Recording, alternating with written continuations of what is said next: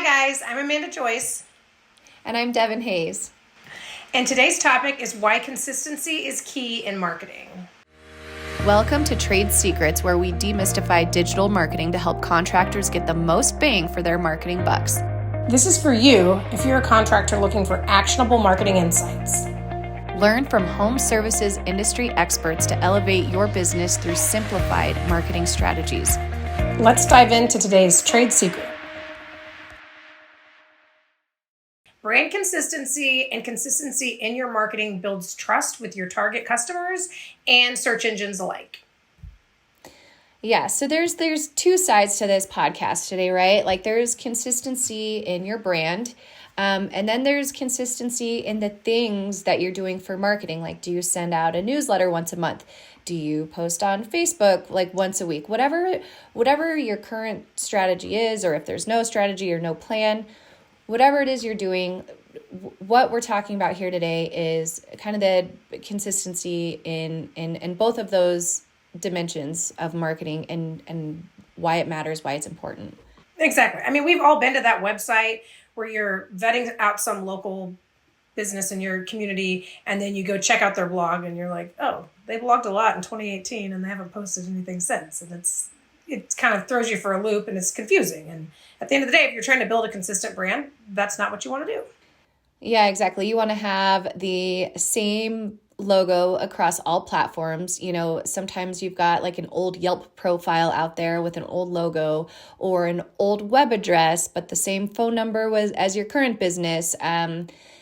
All of those like pieces of mismatched information, as far as search engines are concerned, they actually hurt your trust score, which hurts your positioning on the overall search engine results pages. So within Google. So Google could see you as, and they've gotten better over the years with their AI, right? But ultimately, if you have a business name, maybe your Best Plumber Inc., but on some of your profiles, you just call yourself Best Plumber.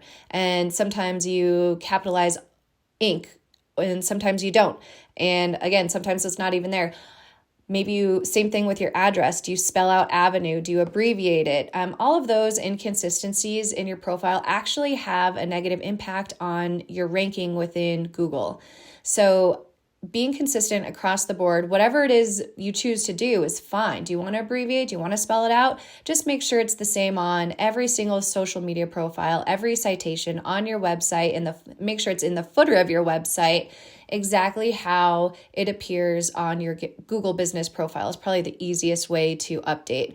That's what, if it were my contracting business, that's what I would do, right? Like if I'm like hearing this information for the first time, how do I appear on my Google business profile? Because that profile is so touchy these days. You don't want to trigger a re-verification for yourself by updating that info or having your agency update that info. So how do you appear on Google? And then just go through, make sure your website appears the same way, your Facebook contact info is the same way.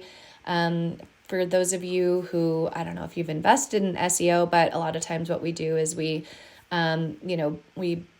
set up citations for you, and a citation is just getting your name in a directory online. Just make sure they all match. Yeah. Will you talk a little bit, because I know that some listeners, they might hear that and say, that sounds like a lot of work, and like, is Google really that picky? Will you just kind of explain a little bit of like why that's so important, basically making Google's job easier?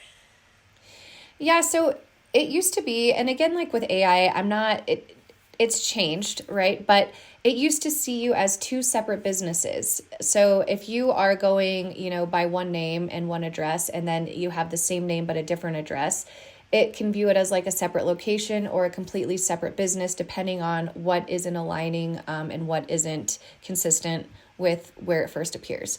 So you're just making Google use its crawl budget to kind of figure out where the connection is, if there's a connection, is this the same business?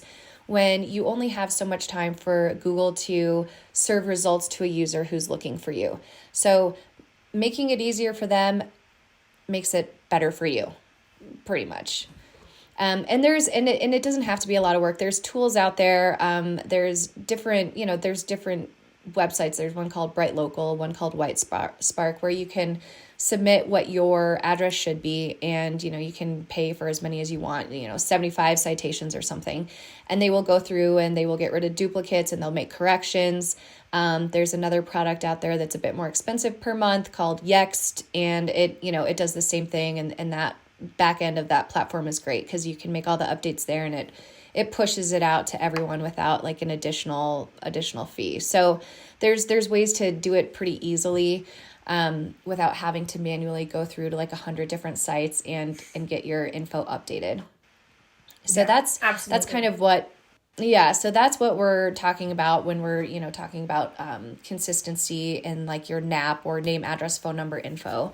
But, and same thing with your logo. Make sure your logo is the same, I guess, on all those platforms as well, because usually you can submit a logo with that. But Amanda, like when it comes to actual like consistency and the actual like tactical marketing, the things that are getting done every day, or the things that you expect your marketing person, or maybe an admin is doing admin and marketing role, or maybe you have an agency. What can you talk about like the importance of the consistency in terms of how maybe like a customer views them, and maybe like how a search engine views someone? Like Absolutely. how are they correlated? Absolutely. So, your content marketing strategy, and I mean your website as a whole, you as we keep saying, consistency. We want to make sure that everything looks and feels the same. It's coming from the same voice. And to my what I was pointing out earlier about blogging, if you're going to have a blog and you're going to post to it, don't post 3 blogs in April and then leave it alone until Christmas and suddenly say Merry Christmas. You want to make sure that you are posting consistently.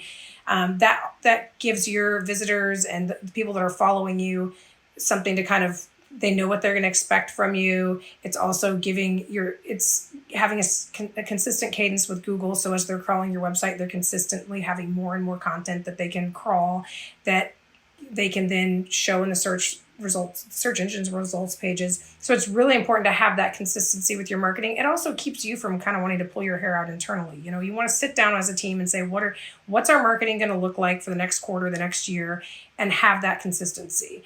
You don't want an admin that one month cares about Facebook and the next month doesn't. So on that same note, while you're looking at that like kind of long-term consistent plan, this is a great time of year to be talking about this. Also say, like, if we're going to post to Facebook once a week, let's make sure we're doing it consistently. That's certainly not a huge undertaking to do that once a week, but you want to think about what it is you're going to be sharing. If it's going to be a little known tip, or if it's going to be some kind of behind the scenes content, just make sure you're doing that regularly. It'll build that trust with your consumer base, and it'll build that trust and help your rankings with Google as well.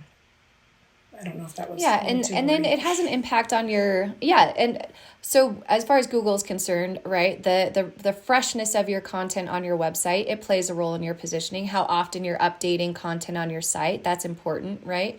But when we think of like the buyer journey, or kind of like your buyer's experience with you or past customers, like you want to continue to nurture that relationship long after their roof is built, or their pipe is fixed, or their landscaping's done. You want them to remember you. So having that, they almost expect to see, like, if it's a newsletter once a month, they're like, oh yeah, they may not open it, they may not read it, they may not click through.